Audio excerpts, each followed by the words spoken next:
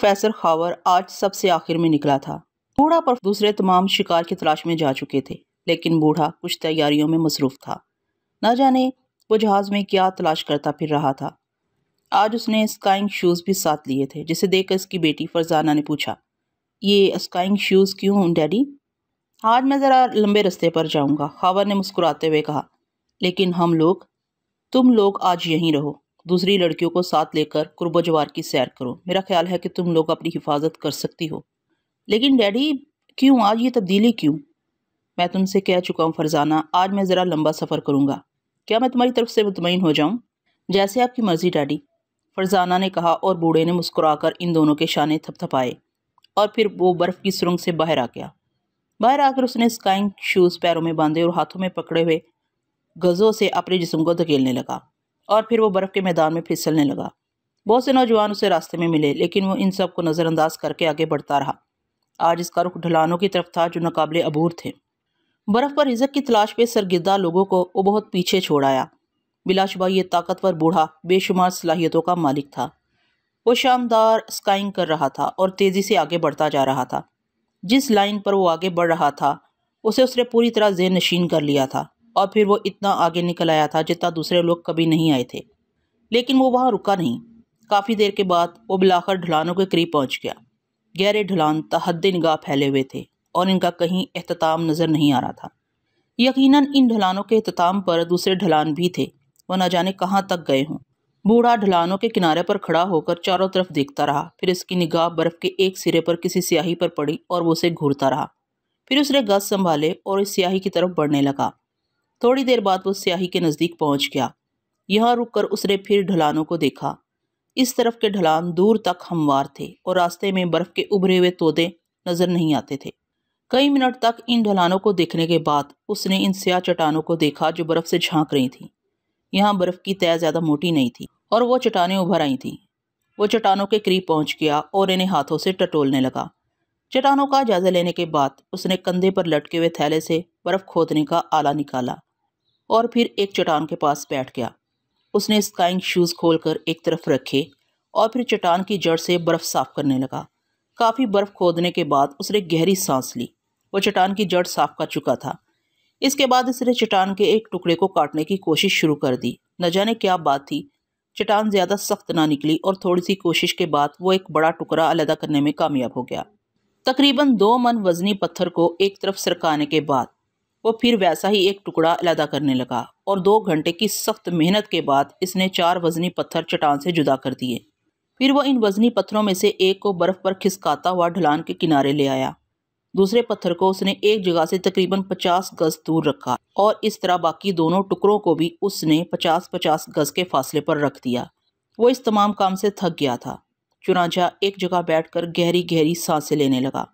थोड़ी देर सुस्ताने के बाद वो फिर उठा और एक टुकड़े के करीब पहुंच गया। पत्थर ढलान के किनारे पर था। थोड़ी ताकत ने उसे ढलान पर धकेल दिया और वजनी पत्थर ढलान पर फिसलने लगा। वो तेजी से ढलान पर जा रहा था और बूढ़ा गहरी आंखों से इसका मुशाहिदा कर रहा था। वो पत्थर की रफ्तार को नोट कर रहा था और इसके फिसलने का अंदाज भी देख रहा था। लेकिन अचानक पत्थर निगाहों से ओझल हो गया। वो नरम बर्फ के किसी हिस्से में गुरूब हो गया था। बूढ़े का दिल धक से हो गया। चंद मिनट वहां रहने के बाद वो दूसरे पत्थर के नज़दीक आया और उसने उसे भी ढलान में धकेल दिया। दूसरा पत्थर भी इसी रफ्तार से चल पड़ा। उसने पहले पत्थर से काफ़ी ज़्यादा सफ़र तय किया, लेकिन एक मखसूस फासले पर पहुंचकर वो ज़ोर से उछला और फिज़ा में कई गज बुलंद हो गया। इसके बाद नीचे गिरा और फिर बुलंद हो गया। इस दौरान उलट पलट होता रहा था। बहरहाल काफ़ी दूर तक नजर आने के बाद वो भी निगाहों से ओझल हो गया और बूढ़े ने एक गहरी सांस ली। फिर तीसरे पत्थर की तरफ चल पड़ा। तीसरा पत्थर बगैर किसी रुकावट के इन ढलानों तक पहुंच गया जो आगे जाकर निगाहों से मालूम हो जाते थे और बूढ़े ने एक गहरी सांस ली। उसने बर्फ पर एक गहरा निशान बना दिया और आखिरी पत्थर की जानब चल पड़ा और इस पत्थर ने भी अपना सफ़र बखैर खूबी तय किया था। वो भी निगाहों से मालूम हो गया। सूरज ढलने लगा था। बूढ़े ने चंद छोटे छोटे पत्थर काट कर बर्फ का एक तोदा बनाया और पत्थरों को इस पर रख दिया। ये गोया इसने निशान बनाया था। इस काम से फारिग होकर इसने स्काइंग शूज़ दोबारा बांधे और फिर सुस्त रवि से वापसी का सफ़र शुरू कर दिया। अब इसने अपना असल काम शुरू कर दिया। वो गज़ों से बर्फ़ टटोल रहा था। एक जगह वो रुक गया और इसने स्काइंग शूज़ दोबारा खोल दिए। इसके बाद वो बर्फ में गड्ढा खोदने लगा, यहाँ तक कि पानी निकल आया और शाम को 4 बजे के करीब जब वो वापस पलटा तो उसके तनोमन जिस्म से 4 मछलियां लटकी हुई थीं। वो एक अबर आलूदा सुबह थी। रात भर बर्फबारी होती रही थी और बर्फ की तह जगह जगह मोटी हो गई थी। हस्बे मामूल बूढ़े और जवान बचे कुचे गोश्त का नाश्ता करके शिकार की तलाश में जाने की तैयारियां कर रहे थे। फिर वो एक एक करके बाहर निकलने लगे। नौजवानों की बहुत बड़ी तादाद आज हस्बे मामूल पहले बाहर निकल गई थी। सिर्फ चंद नौजवान थे जो बूढ़ों के साथ ही बाहर निकले थे। सुरंग के धाने से वो चंद ही गज गए होंगे कि अचानक नौजवानों का एक ग्रोह सामने से निकल आया। उनकी तादाद 70 के करीब थी। सब के सब बर्फ खोदने के आलात से मुसल्ला थे और सबके चेहरों पर एक खौफनाक तासुर था। बूढ़े और इनके साथी नौजवान चौंक कर रुक गए। तब आल्ट्रे आगे बढ़ा। उसका चेहरा शरारत से चमक रहा था। उसने जहर खंद मुस्कुराहट से खावर को मुहातिब करते हुए कहा, बूढ़े प्रोफेसर खावर, मैंने जिस वक्त की पेशेंगोई की थी बिलाखिर वो आ गया। आज नौजवानों का ये ग्रोह मेरा खम ख्याल है और मेरे इशारे पर तुम सबके टुकड़े टुकड़े करने को तैयार है। लेकिन बात क्या है मिस्टर आल्ट्रे? एडमंड सिस्को ने, जो बूढ़ों की सफ में शामिल था, हैरत से उसे देखते हुए कहा। हम नौजवानों ने एक फैसला किया है मिस्टर सिस्को। काफ़ी गौर व हौस के बाद हमने इन नौजवानों को छांटा है जो हमारे हम ख्याल हैं। उम्मीद है कि तुम भी हमसे इत्तफाक करोगे। वो फैसला क्या है मिस्टर आल्ट्रे? एडमंड सिस्को ने परेशानी से कहा। मिस्टर सिस्को, आपको इल्म है कि यहाँ इस बर्फ़ पर हमारी ज़िंदगी लम्हाती है। कोई नहीं कह सकता कि कौन किस वक्त मौत के शिकंजे में जा फंसे। यहाँ हमारे लिए मौत के अलावा कुछ नहीं। बर्फ़, सर्दी, भूख, ये तमाम चीज़ें मौत को आहिस्ता आहिस्ता हमारी तरफ बढ़ा रही हैं और बहरहाल इसे कबूल करने के लिए मजबूर हैं। यहाँ से निकलने का कोई रास्ता नहीं। जब हम अपनी इंतहा को पहुँच चुके हैं तो क्यों ना ज़िंदगी के ये लम्हात आज़ादी से और अपनी मर्जी से गुजारें। हमने महसूस किया है कि हम बूढ़ों के कैदी बनकर रह गए हैं। तुमने अपनी ज़िंदगी का ज़्यादा वक्त ऐशो इशरत में गुजारा है, लेकिन हमें इस नौजवानी में मौत कबूल करना पड़ रही है। क्या ये नाइंसाफ़ी दुरुस्त है? लेकिन ये नाइंसाफ़ी हमसे किसी की नहीं आल्ट्रे। क्या तुम हमें इसका जिम्मेदार समझते हो? सिस्को ने कहा। ठीक है, तुम इसके जिम्मेदार नहीं हो, लेकिन तुमने जो कयूद हमारे ऊपर लगा रखी हैं, क्या तुम इनसे इनकार करोगे? बराए करम इनकी तफसील तो बताओ। लड़कियाँ, ये तमाम लड़कियाँ बूढ़ों की कैदी हैं। हम सब मायूसी का शिकार हैं। हम सब मौत के राही हैं। हमारी ज़िंदगी अंधेरे के भंवर में फंसी हुई है। हमें रोशनी की ज़रूरत है, हमें ताजगी की ज़रूरत है, हमें तब्दीली की ज़रूरत है। तुम जानते हो सिस्को, औरत मर्द की ज़िंदगी में क्या अहमियत रखती है। अगर इसका कुर्ब मिल जाए तो सलाहियतें जाग उठती हैं, मायूसियाँ दूर हो जाती हैं, लेकिन तुमने लड़कियों को हमसे दूर कर रखा है। तुमने इस नाकाबिले यकीन ज़िंदगी में रंगीनी के लम्हात हमसे छीन लिए हैं। हम इन लम्हात को हासिल करना चाहते हैं। हम सब इन लड़कियों को आपस में बांट लेना चाहते हैं। हम इस चंद रोज़ा ज़िंदगी को हसीन बनाना चाहते हैं, लेकिन हमारी राह की सबसे बड़ी रुकावट तुम लोग हो। आल्ट्रे खामोश हो गया। तमाम बूढ़ों के चेहरे खौफ से सफ़ेद हो गए थे। ये बड़ा ख़तरनाक रुझान था। लेकिन तुम महज़ब दुनिया के महज़ब लोग हो। क्या तुम्हारे ज़मीर ये बर्दाश्त कर लेंगे कि ये बेसहारा बाइज़्ज़त लड़कियां तुम्हारी हवस की भेंट चढ़ जाएं? सिस्को ने अपील की और आल्ट्रे ने एक ज़ोरदार कहका लगाया। महज़ब दुनिया? कौन सी महज़ब दुनिया? किस दुनिया की बात कर रहे हो सिस्को? वो तो एक ख्वाब था। क्या तुम वो ख्वाब हमें दोबारा दिखा सकते हो? फिर तुमने क्या फ़ैसला किया है? सिस्को ने किसी को ना बोलते देकर पूछा। हमने फ़ैसला किया है कि अब हमें तुम्हारी ज़रूरत नहीं है। तुम्हारी वजह से ये मछलियाँ ज़ाया हो रही हैं, जिन्हें हम ज़्यादा अरसा तक अपनी खुराक बना सकते हैं। तुम ना होगे तो हम ज़्यादा अरसा ज़िंदा रह सकते हैं। इसलिए हमारी पेशकश है कि तमाम बूढ़े नौजवानों की ज़िंदगी के लिए रज़ाकाराना तौर पर खुदकुशी कर लें, वरना दूसरी शक्ल में हम इन्हें कत्ल कर देंगे, आल्ट्रे ने कहा। सिस्को के होंठों पर हकारत अमेज़ मुस्कुराहट फैल गई। फिर उसने नफरत से इन सब को घूरते हुए कहा, क्या तुम सब लोग इससे मुतफिक हो? हाँ, हमने आल्ट्रे को अपना लीडर बना लिया है। यही हमारी तर्जमानी करेगा। तुम भूल रहे हो कि तुम भी किसी की औलाद हो। तुम्हारे भी बुजुर्ग दुनिया में होंगे। ठीक है, लेकिन अब इस दुनिया से हमारा क्या वास्ता? आल्ट्रे ने जवाब दिया। गोया तुम्हारा फैसला अटल है। बिल्कुल। तुम हमें कोई मस्बत रास्ता तलाश करने की इजाज़त भी ना दोगे। इससे क्या फ़ायदा होगा? आल्ट्रे ने जवाब दिया। इन दूसरे नौजवानों का क्या होगा जो हमारे साथ हैं? इनका मुकद्दर भी तुम्हारे साथ वाबस्ता है। हाँ, अगर इनमें से कुछ खुलूस दिल से हमारे साथ शामिल होने को तैयार हों तो हम इन्हें खुशामदीद कहेंगे। लेकिन मेरे दोस्त, हम बूढ़े इतनी आसानी से तो जान ना देंगे। हम तुमसे जंग करेंगे। ठीक है, तुम नौजवान हो, हम पर हावी हो जाओगे, लेकिन हम तुम में से चंद को हलाक करने में ज़रूर कामयाब हो जाएंगे। इन लोगों को इस जद्दोजहद से क्या फ़ायदा होगा जो इस जंग में हलाक हो जाएंगे? वो बाकी नौजवानों के लिए जान देंगे। किसी भी तहरीक के लिए कुर्बानी ज़रूरी होती है, आल्ट्रे ने कहा। तब फिर गौर से सुन लो जॉन आल्ट्रे, फक्तन प्रोफेसर हावर ने आगे बढ़ते हुए कहा। मैं सबसे पहले तुम्हें हलाक करूंगा और तुम जानते हो मैं इसमें कामयाब हो जाऊंगा। इसके अलावा मैं अहद करता हूं कि तुम में से कम 15 जवानों को हलाक करूंगा। हमें तुम्हारा चैलेंज कबूल है, तैयार हो जाओ। बूढ़े हावर की आंखों से शोले निकल रहे थे। आल्ट्रे बौखलाकर कई कदम पीछे हट गया। दूसरे बहुत से लोगों के चेहरों पर भी खौफ के आसार उभर आए। ये बूढ़ा वाकई शैतान है, हमें पूरी कुव्वत सर्फ करके पहले से हलाक करना होगा, आल्ट्रे ने कहा। सुनो आल्ट्रे, ठंडे दिल से सुनो, जोश में मत आओ। बूढ़े प्रोफेसर ने मछलियां हासिल करने में तुम्हारी रहनुमाई की है। हम जहां दीदा हैं, कत्लो गारतगिरी से परहेज करो। मुमकिन है हम सब ऐसी कोई सूरत निकाल लें जो सबके लिए सलामती का बायस हो। हमें मौका दो कि हम होरो होश करके कोई ऐसा हल तलाश कर लें जिसके तहत तुम्हें ये ज़रूरत पेश ना आए। क्या तुम लड़कियां हमारे हवाले करने पर तैयार हो? इसका जवाब हम थोड़ी देर के बाद देंगे, सिस्को ने कहा। तब तुम्हें थोड़ी देर की रियायत है। इस तरफ जाओ और कोई ऐसा फैसला करके वापस आओ जो हमें काबिल कबूल हो। आओ दोस्तों, हमें इन जज्बाती नौजवानों के बारे में हमदर्दी से गौर करना चाहिए। आओ, सिस्को ने कहा और तमाम लोग वापस पलटकर इनसे दूर चले गए। नौजवानों का ग्रोह इनके सामने पूरी तरह तैयार खड़ा था। इंसान दुनिया का सबसे खौफनाक दरिंदा है। तहजीब और अखलाक के ज़ाब्तों ने इस पर लबादे डाल दिए हैं, लेकिन जब वो नंगा होता है तो अपनी असल शक्ल में आ जाता है। बेशक ये सूरत हाल तकलीफ दे है, लेकिन क्या इसे निपटने का रास्ता इसके अलावा कोई और है कि हम इनकी बात मान लें? मैं अपने तमाम दोस्तों से मशवरा करना चाहता हूँ, सिस्को ने कहा। यह कैसे मुमकिन है मिस्टर सिस्को? हम में से कौन अपनी ज़िंदगी में अपनी इज्जत का नीलाम देख सकेगा? ठीक है, हम सब लड़ेंगे, अपनी आबरू के लिए लड़ेंगे और हम अपनी बेटियों को भी जंग में शरीक करेंगे। इस बर्फ पर एक खूनरेज मार्का हो जाने दो सिस्को। वो हमारी औलादे हैं, हम इनकी ज़िंदगी के मुहाफिज हैं, हमने इन्हें पैदा किया है। हम इन्हें भेड़ियों के हवाले कैसे कर सकते हैं? बूढ़े ने रोते हुए कहा। मैं तुम्हारे साथ हूँ दोस्त, मैं भी इन लड़कियों पर आँच आने से पहले जान देना पसंद करता हूँ। मैं सिर्फ तुम्हारी राय जानना चाहता हूँ। दरिंदों को उनके इरादों से रोकने के लिए अक्ल की ज़रूरत है। बेशक हमारी ज़िंदगियाँ मौत के मुकाबिल हैं, ख्वाह वो भूख से आए, यहाँ से निकलने की कोशिश में आए, इन लोगों से जंग की शक्ल में आए। मौत इतफाकिया तौर पर ज़्यादा करीब आ गई है। फिर जब मरना ही है तो इंतज़ार क्यों किया जाए? आप में से हर एक को बोलने की आज़ादी है, जो बेहतर सोच सके फ़ौरन बोले, सिस्को ने कहा। आपने क्या फ़ैसला किया है मिस्टर सिस्को? एक बूढ़े ने पूछा। अभी नहीं, अभी कुछ और बाकी है। अब मैं इन नौजवानों से सवाल करता हूँ जो हमारे साथ हैं। दोस्तों, तुम जवान हो, शायद तुम्हारी रगों में ज़रूरत से ज़्यादा शरीफ खून है, वरना नौजवानों के ग्रोह में तुम भी शामिल होते। क्या इंसानियत की इस जंग में हम बूढ़ों का साथ दोगे? हम सब जिंदगी की बाजी लगाने के लिए बेचैन हैं, नौजवानों ने पुरजोश अंदाज में कहा। शुक्रिया शरीफ जवानों, अगर शर के साथ खैर का वजूद ना होता तो दुनिया इंसानियत से कभी की हाली हो चुकी होती। अब तुम इस नाचीज़ की राय सुनो। हमें इन दरिंदों का मुकाबला करने के लिए कुछ तैयारी की ज़रूरत है। हमें अपनी बेटियों को भी आबरू की इस जंग में शरीक होने के लिए तैयार करना है। इन्हें गैरत पर मर मिटने का सबक देना है, ताकि जब हम इनके मुकाबले पर आएँ तो तैयार हों। लेकिन अंदाजे से पता चलता है कि नौजवान हमें इसका मौका देने के लिए तैयार नहीं हैं।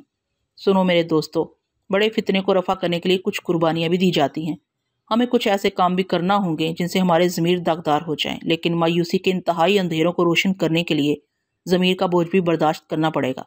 नौजवानों को धोखा देने के लिए हमें इनसे तावन करना पड़ेगा, ऐसी बातें कहना पड़ेंगी जो इनके लिए दिलकश हों, काबिल कबूल हों। सुनो, मैं खुदा के वजूद को सामने रखकर कहता हूँ कि तुम्हारी बेटियाँ मेरी अपनी बेटियाँ हैं, तुम्हारी बहनें मेरी अपनी बहनें हैं। मैं जो कुछ इन लोगों से कहूँगा वो मेरे और तुम्हारे ज़मीर के खिलाफ ज़रूर होगा, वो तुम्हारे दिल के टुकड़े ज़रूर कर देगा, लेकिन ये ज़रूरी है मेरे दोस्तों, ये ज़रूरी है। हम दुश्मन पर फतह हासिल कर लेंगे। अगर हम मरे तो आबरू से मरेंगे, अपनी बेटियों की इज्जत के साथ दफन होंगे।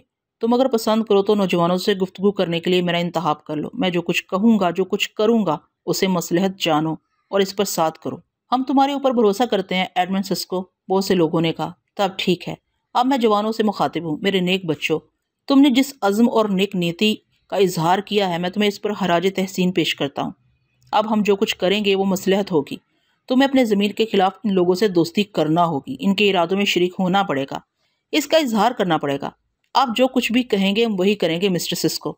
तब सुनो, मैं जवानों के लिए तजावीज़ पेश करता हूँ जो इनके हक में होंगी। मुझे यकीन है वो इन्हें पसंद करेंगे। तुम कहोगे कि तुम भी इस हक से क्यों महरूम रहो और तुम नौजवानों के इस ग्रोह में शामिल हो जाओगे। हम आपकी हिदायत पर अमल करेंगे, नौजवानों ने कहा। तब आओ हम इन्हें अपना फैसला सुना दें, सिस्को ने कहा और सब नौजवानों के ग्रोह की तरफ बढ़ गए जो इन्हें शुबा की निगाह से देख रहे थे। सिस्को ने चेहरे पर मायूसी पैदा कर ली। चंद साथ के बाद वो सब नौजवानों के सामने पहुंच गए। तब आल्ट्रे आगे आया और कीनातूज नजरों से सिस्को को घूरते हुए बोला, तुमने क्या फैसला किया बूढ़े चालबाज? हम तुम्हारा फैसला सुनने के लिए बेचैन हैं। फैसला तुम्हारे हक में है मेरे बिगड़े हुए बच्चों, लेकिन कुछ शराइत के साथ। क्या शराइत हैं? आल्ट्रे ने पूछा। हमसे इस अंदाज में गुफ्तगू मत करो आल्ट्रे, बहरहाल जितनी भी है हम कुव्वत ज़रूर रखते हैं। हम तुम्हें बता चुके हैं कि अगर तुमने हमसे जंग की तो तुम में से आधे बाकी रहेंगे। इसके बाद ही तुम जो कुछ कर सकोगे करोगे, लेकिन अक्लो दानिश का तकाजा यही है कि हम अपनी कुव्वत बहाल रखें। नादान लड़कों, हमारी जहानत, तजुर्बा और तुम्हारा अमल दोनों मिलकर एक ऐसा दिन ला सकते हैं जब हम सब यहाँ से आज़ाद हों, हम मुहज़्ज़ब दुनिया में पहुँच सकें।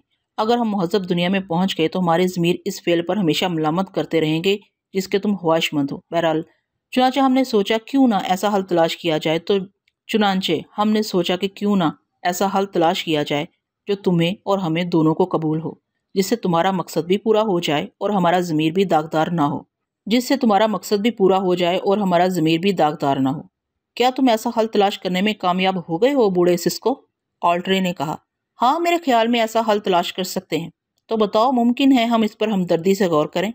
हम लड़कियां तुम्हारे हवाले करने के लिए तैयार हैं, लेकिन एक शर्त पर।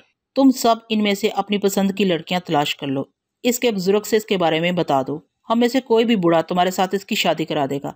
तुम इसे बहैसियत बीवी रख सकोगे, हमें कोई इतराज ना होगा। अगर हम तुम मिलकर कभी मुहज़्ज़ब दुनिया में पहुंच सके तो औरत तुम्हारे सर पर मुसल्लत ना होगी। तुम चाहो तो उसे तलाक दे सकते हो। इस तरह हम गुनहगार भी नहीं होंगे, तुम्हारा मसला भी हल हो जाएगा। तुम अपनी बीवियों के साथ जिंदगी गुजार सकोगे। बताओ, क्या इससे तुम्हारा मकसद बाइज्जत तौर पर हल हो जाएगा? और क्या इस अमल से इन लोगों को भी सुकून न मिलेगा जिनकी बेटियों को तुम इस तरह पामाल करना चाहते हो?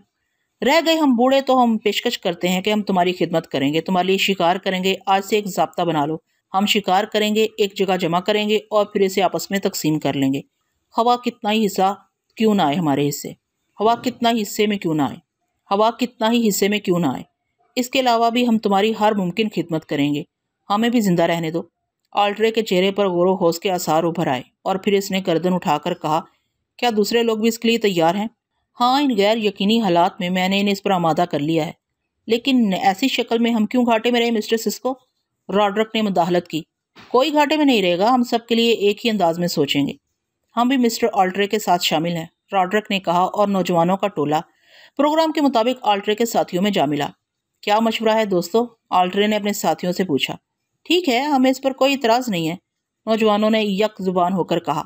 तब ठीक है, हमें तुम्हारी शर्त मंजूर है, ऑल्ट्रे ने जवाब दिया और नौजवान खुशी से तालियां बजाने लगे। बूढ़ों की गर्दनें झुक गईं।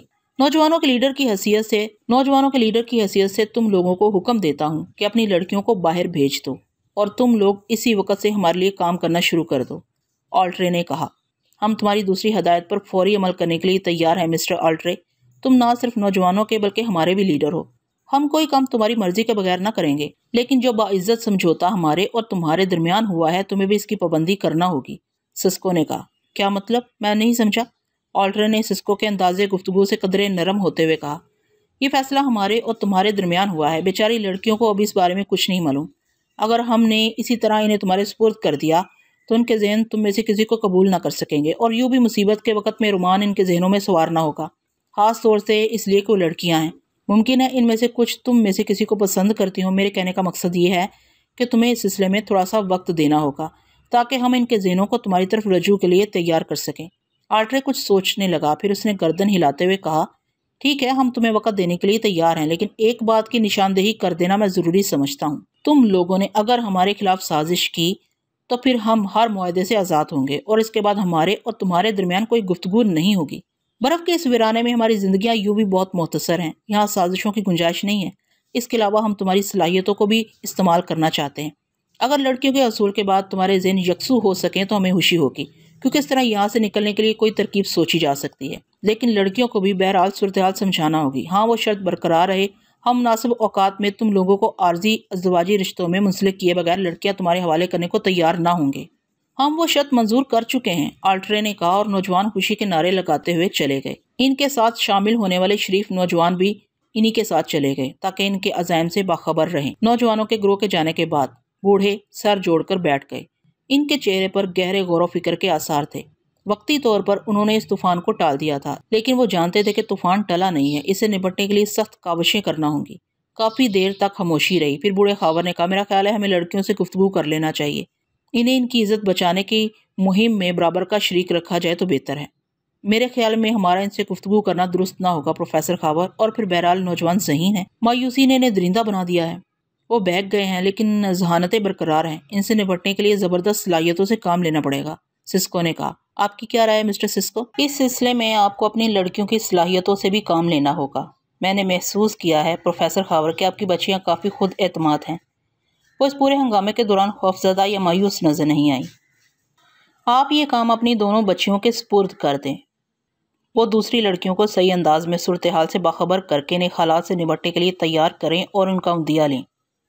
ठीक है, मैं तैयार हूँ, हावर ने कहा। बहरहाल दूसरा काम हमें आज से करना होगा। यानी शिकार की तलाश? हाँ, प्रोफेसर हावर ने जवाब दिया। उसके लिए आपकी रहनुमाई की ज़रूरत होगी प्रोफेसर हावर। मेरे अंदाजे के मुताबिक यहाँ अभी इतनी खुराक मौजूद है जो हमारे लिए 1 माह तक काफ़ी होगी। मैं इन जगहों की निशानदेही ज़रूर करूँगा। पहले मैं लड़कियों को सूरत हाल से बाखबर कर दूँ। आप लोग मेरा इंतज़ार करें, प्रोफेसर हावर ने कहा और फिर वो बर्फ़ की सुरंग के अंदर दाखिल हो गया। चंद मिनट के बाद वो लड़कियों के करीब था। उसने फरजाना और फरोज़ा को दूसरी लड़कियों से अलग बुलाया और इनके करीब बैठ गया। लड़कियां बगौर बाप के चेहरे को देख रही थीं। क्या बात है डैडी, आप कुछ फ़िक्रमंद हैं? फ़िक्रमंद नहीं, अलबत्ता कुछ मसाइल ज़रूर पेश आ गए हैं, प्रोफेसर हावर ने कहा। वो क्या डैडी? फरजाना ने पूछा।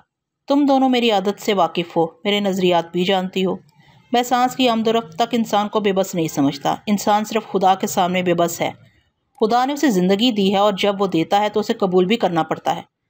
दूसरे लोग मायूसी के शिकार हैं, मगर मैं नहीं हूँ। मैं इस बर्फ़ पर इस वक्त तक ज़िंदगी की जदोजहद पर यकीन रखता हूँ जब तक मौत का वक्त ना आ जाए। तुम्हें यह सुनकर शायद हैरत हो कि मैं इस वीराने से फ़रार होने का मंसूबा तैयार कर चुका था। मेरा ख्याल था कि तुम दोनों को साथ लेकर यहाँ से निकल जाऊँ, और बिलाशुबा मैंने इसके इंतज़ामात भी कर लिए हैं। लेकिन ये इंतज़ामात दूसरों की निगाहों में दीवानगी ही कहलाए। कोई मेरा साथ ना देता सिवाय तुम दोनों के, इसलिए मैंने किसी से जिक्र ही नहीं किया। मैं अगर एक अहमकाना कोशिश कर रहा हूँ तो ये मेरा ज़ाती फेल है। दूसरों को क्यों मैं अपने तजर्बे की भेंट चढ़ाऊँ? मुमकिन था आज हम एक अजीब सफ़र शुरू कर देते जिसके बारे में नहीं कहा जा सकता था कि वो ज़िंदगी की पुरखार वादियों की सैर कराता या मौत की पुरस्कून मंजिल में पहुँचाता। लेकिन बहरहाल मैंने इसे मुनासिब समझा था। इस वक्त तक मुझे दूसरों से कोई सरोकार नहीं था। मैं अपना मसला खुद हल करता क्योंकि वे मेरा साथ नहीं दे सकते थे। लेकिन अब सूरत हाल अचानक बदल गई है और मैं मजबूर हो गया हूँ कि इस वक्त इन्हें तनहा ना छोड़ूं। हावर ने बुझे हुए लहजे में कहा और लड़कियां परेशानी से इसकी शक्ल देखने लगीं। हावर की उलझी हुई गुफ्तगू इनकी समझ में नहीं आ सकी थी। दरअसल नौजवानों का एक ग्रोह इस बदबख्त आल्ट्रे की सरकर्दगी में बगावत पर आमादा हो गया जिसे मैंने मारा था। बगावत? वो क्या चाहते हैं डैडी? फरजाना ने पूछा। लड़कियां, उनका ख्याल है कि इस वीराने में इनकी मौत बेरंग ना हो और मरने से कबल वो अपनी सफली आरजुओं की तकमील कर लें। चुनाचा उन्होंने बूढ़ों को कत्ल करने का मंसूबा बनाया था ताकि लड़कियों को अपने तसर्रुफ में ला सकें। ओह, फरजाना खुशक होंठों पर जुबान फेर कर बोली।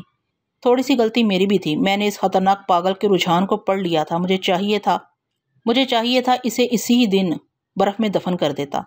लेकिन मैंने इंसानी कानून को अपने हाथ में लेना मुनासिब न समझा। इसे भाग जाने दिया और वो बहुत ख़तरनाक साबित हुआ। फिर क्या तय पाया डैडी? फरजाना ने कहा। हमने वक्ती तौर पर इस वादे के साथ इन वहशियों को संभाल लिया है कि लड़कियां इनके हवाले कर दी जाएंगी, लेकिन ज़्यादा अरसे तक हम इन्हें रोक नहीं सकेंगे क्योंकि चुनाचा अब अपनी इज़्ज़तों की हिफाजत के लिए लड़कियों को खुद मैदान में आना पड़ेगा। उन्हें क्या करना होगा? नौजवानों की दिलदही। उन्हें अपनी जहानत से अपनी इज़्ज़त बचाना होगी और हमें इतना वक्त फराहम करना होगा कि हम इनसे निपटने की तैयारियां मुकम्मल कर सकें। लेकिन ये बात सिर्फ लड़कियों की जहानत पर मबनी है।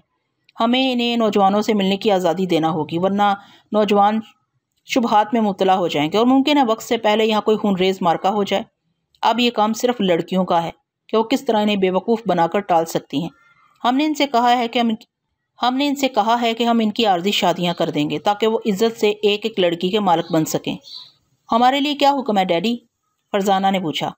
तुम्हें बूढ़ों के ग्रोह ने मुकर्रर किया है कि तुम दूसरी लड़कियों को इस काम पर आमादा कर सको। और सुनो, मैं तुम्हें इस बात की इजाज़त देता हूँ कि तुम भी दूसरों की तरह अपना काम करो। ये इंसानियत की जंग है, इसमें हर हरबा जायज़ है। मैं चश्म पोशी करूँगा। क्या मैं जाऊँ? बूढ़े प्रोफेसर हावर ने खड़े होते हुए कहा। ओके डैडी, आप जाएं, रात को हम आपको रिपोर्ट देंगे, फरजाना ने कहा, लेकिन नहायत होशियारी से। नौजवान हमारी तरफ से खौफजदा हैं, वो हम पर कड़ी निगाह रखेंगे। हावर ने बाहर निकलते हुए कहा। आप बेफिक्र रहें, फ़िरोज़ा ने जवाब दिया और हावर गर्दन हिलाता हुआ बाहर निकल आया। बाहर आकर उसने सिस्को वगैरह को बताया कि इसने इंतज़ाम कर लिया है और फिर वो मछलियों की तलाश में चल पड़े। शाम को बूढ़ों की टीम वापस आई। नौजवानों का ग्रोह इन्हें सुरंग के बाहर ही मिला, लेकिन एक छोटे से कैबन को देखकर वो हैरान रह गए। ये कैबन जहाज़ की टूटी हुई सीटों, पायलट कैबन के पार्टीशन और कैनवस के टुकड़ों से बनाया गया था। करीब पहुंचने पर इन्हें मालूम हुआ कि ये नौजवानों का हेडक्वार्टर है, जहां से वो बूढ़ों पर निगाह रखेंगे। नौजवान बहुत खुश थे और कैके लगा रहे थे। बूढ़ों के कंधों से लटकी हुई मछलियां देखकर वो बहुत खुश थे। मुझे यकीन है कि आप लोगों ने प्रोफेसर हावर की सलाहियतों से पूरा फ़ायदा उठाया है, लेकिन लुत्फ की बात तो जब है कि जब प्रोफेसर हावर रोज़ाना हमें इतनी मछलियां फराहम कर सकें। ऑल्ट्रे ने हंसते हुए कहा, अगर तुमने हमसे तावन किया मिस्टर ऑल्ट्रे, तो हो सकता है हमें यकसा ग़िज़ा से निजात मिल जाए। हो सकता है हम ऐसी दुनिया तलाश कर सकें जहाँ ज़िंदगी बसर करने की आसानियाँ हों। बूढ़े हावर ने मुस्कुराते हुए कहा, मैं नहीं समझा प्रोफेसर। ऑल्ट्रे ने हैरानी से कहा, मैं तुमसे फिर गुफ्तगू करूँगा ऑल्ट्रे। हावर ने संजीदगी से कहा, ज़रूर, और मैं तुम्हें ख़ास तौर से अहमियत दूंगा क्योंकि मुस्तकबिल में मैं तुम्हारे अकीदतमंदों में शामिल हूँगा। मैं तुम्हारी लड़की से अपनी पसंदीदगी का इजहार पहले ही कर चुका हूँ। ऑल्ट्रे ने हंसते हुए कहा और हावर खून के घूंट पीकर रह गया। ए मेहनत कश बूढ़ो, मछलियाँ तलाश करने के हथियार यहाँ जमा करा दो। तुम रोज़ाना सुबह हथियार यहाँ से हासिल कर सकते हो। जहाज़ से ऐसी हर चीज़ हटाकर इस कैबन में जमा कर दी गई है जो बतौर हथियार जहाज़ से ऐसी हर चीज़ हटाकर इस कैबन में जमा कर दी गई है जो बतौर हथियार इस्तेमाल हो सके, क्योंकि इंसान के मिजाज को बिगड़ते देर नहीं लगती। ये राय हमारे नौजवान दोस्त रॉड्रिक की थी, क्योंकि बहरहाल मिस्टर रॉड्रिक दूसरों से बेहतर सलाहियतों के मालिक हैं। एक नौजवान ने कहा, हाँ, दूसरे नौजवानों की हमें शमूलियत ने हमारे अज़ाइम को बुलंद कर दिया है, ख़ास तौर से मिस्टर रॉड्रिक हमारे लिए एक सतून की हैसियत रखते हैं। ऑल्ट्रे ने कहा, हथियार इस तरह जमा कराने के तस्वुर से बूढ़ों के जहनों में मायूसी की लहरें दौड़ गई थी, लेकिन सिस्को वगैरह को जब ये मालूम हुआ कि ये राय रॉड्रिक की है तो उसे एतमाद हो गया। वो समझ गया कि इसमें कोई मसलहत होगी। रॉड्रिक की नेक नियति पर वो आंख बंद करके एतमाद कर सकते थे। फिर ऑल्ट्रे की ज़ेरे हदायत मछलियाँ आपस में तकसीम कर ली गई और लोग अपने अपने डिनर बनाने में मसरूफ़ हो गए। 1 दर्जन नौजवान हेडक्वार्टर में रहने का प्रोग्राम बना चुके थे। वैसे इस कैबिन को हवाओं से महफूज बना लिया गया था और 12 नौजवान बाआसानी इसमें रह सकते थे। बाकी हस्बे मामूल रात को सोने के लिए जहाज़ में चले गए। आज इनके चेहरों पर मुसरत की चमक थी। आज इन्हें लड़कियां भी इल्तफात की निगाहों से देख रही थी। हासी रात गुजर चुकी। फरजाना और फ़रोज़ा प्रोफेसर के करीब सो रही थी, लेकिन दर हकीकत वो जाग रही थी। जब उन्हें जहाज़ के अंदर तमाम अफराद के सो जाने का यकीन हो गया तो फरजाना ने अपने होंठ प्रोफेसर के कान के नज़दीक कर लिए। क्या आप जाग रहे हैं डैडी? वो सरगोशी में बोली, हाँ, मैं तुम्हारी रिपोर्ट का मुंतज़र हूँ। प्रोफेसर ने भी इसी अंदाज में जवाब दिया। मैंने काम आपकी मर्ज़ी के मुताबिक किया है। एक एक लड़की को इसका काम समझा दिया गया है। लड़कियां पहले तो खौफजदा हो गई थीं, लेकिन मैंने कहा कि इनकी हिफाजत का अज़म कर लिया गया है। इन पर आँच इसी वक्त आएगी जब सारे मर्द ख़त्म हो जाएंगे। हाँ, अगर उन्होंने कमज़ोरी से काम लिया तो फिर सूरत हाल दूसरी होगी और इसके बाद इनकी इज्जत और इनकी ज़िंदगी की ज़मानत नहीं दी जा सकेगी। तो वह सब खुश असलूबी से अपना काम करने पर तैयार हो गई। उसके बाद डैडी, शाम तक हमने इन लोगों को अपना काम अंजाम देने की तरबियत दी है। कल से ही वो अपना काम शुरू कर देंगी। वेरी गुड, मुझे तुम्हारी सलाहियतों पर पूरा भरोसा है। गोया मैं इस तरफ से मुतमईन हो जाऊँ? मैं आपको यकीन दिलाती हूँ डैडी, आप मुतमईन रहें। मैं मुतमईन हूँ फरजाना बेटी, प्रोफेसर हावर ने जवाब दिया और फरजाना खामोश होगी। दूसरे दिन हस्बे मामूल बूढ़ों का ग्रोह शिकार की तलाश में निकल गया। नौजवान अलबत्ता अभी तक बिस्तरों में ऐंठ रहे थे। इनकी चोर निगाहें लड़कियों को तक रही थीं। फिर ऑल्ट्रे ने लड़कियों को मुखातिब करके कहा, मैं नौजवान लड़कियों से मुखातिब हूँ। बर्फ़ के इस वीराने में हमारी ज़िंदगी हबाब की तरह है। ना जाने कौन किस वक्त मौत का शिकार हो जाए। जब मौत मुकद्दर ही है तो हम इससे खौफजदा क्यों हों? ज़िंदगी के जो लम्हात बाकी हैं इन्हें फितरत की निशानदेही के मुताबिक रंगीन क्यों न बनाया जाए? तारीख गवाह है कि मर्द को अगर औरत की मोहब्बत और सहारा मिल जाए तो ऐसे ऐसे कारनामे अंजाम देता है कि दुनिया अंगुश्ते बदनिदा रह जाती है। मुमकिन है आप लोगों का सहारा हमारे जहनों को कोई ऐसी तरकीब बख्श दे कि हम यहाँ से निकलने की कोई तरकीब सोच सकें। हमने आपके बुजुर्गों से बात कर ली है। उन्हें आपके और हमारे मेल जोल पर कोई एतराज़ नहीं है। मुमकिन है उन्होंने ये बात आपको बता भी दी हो। चुनांचे मैं अपील करता हूँ कि खौफ दहशत की इस फिज़ा को कहकों में बदल दें। आपको अपने साथी के इंतखाब की आज़ादी है। हम इस सिलसिले में आप पर जबर न करेंगे। हाँ, दूसरी सूरत में मुमकिन है हमें आप पर जबर करने पर मजबूर होना पड़े। ऑल्ट्रे खामोश हो गया। लड़कियों के दिलों की जो कैफियत हुई थी इससे वही बखूबी वाकिफ़ थी, लेकिन ये अल्फाज उनके लिए गैर मुतवक्को नहीं थे। वो खुद को उनके लिए तैयार कर चुकी थी, इसलिए किसी किस्म के जज्बात का इजहार इनके चेहरे से ना हुआ। क्या आपने हमारी अपील कबूल कर ली है? ऑल्ट्रे ने पूछा। लेकिन हमारे बुजुर्गों ने तो हमसे कुछ और कहा है, एक लड़की ने कहा। वो क्या? उन्होंने कहा है कि हम रिश्ता अज़दवाज में मुंसलिक होने के बाद। ठीक कहा है। दकियानूसी बूढ़ों की बात हमने मान ली है और उसमें हर्ज भी किया है। ना ख्वाह यूँ पकड़ी जाए या यूँ। ऑल्ट्रे ने कहका लगाते हुए कहा, मैं आपको बहरहाल इस बात की इजाज़त है कि इन बूढ़ों के फैसले का इंतज़ार कर लें, लेकिन इस दौरान हमें एक दूसरे से घुलने मिलने और फैसला करने का हक़ तो है। हाँ, इस पर हमें कोई एतराज़ नहीं है, फरजाना ने जवाब दिया और ऑल्ट्रे शरारत अमेज़ निगाहों से उसे देखने लगा। तब मिस फरजाना, मैं आपसे दरख्वास्त करूँगा कि आप मेरे साथ घूमने चलेंगी? उसने कहा। फरजाना शर्माई हुई सी आगे बढ़ आई। आल्ट्रे ने मोहब्बत से इसका हाथ पकड़ लिया और बाहर निकल गया। ऐश करो साथियों, अपना काम तो बन गया, उसने सुरंग के धाने में दाखिल होते हुए कहा और दूसरे नौजवान भी नारा लगाकर खड़े हो गए।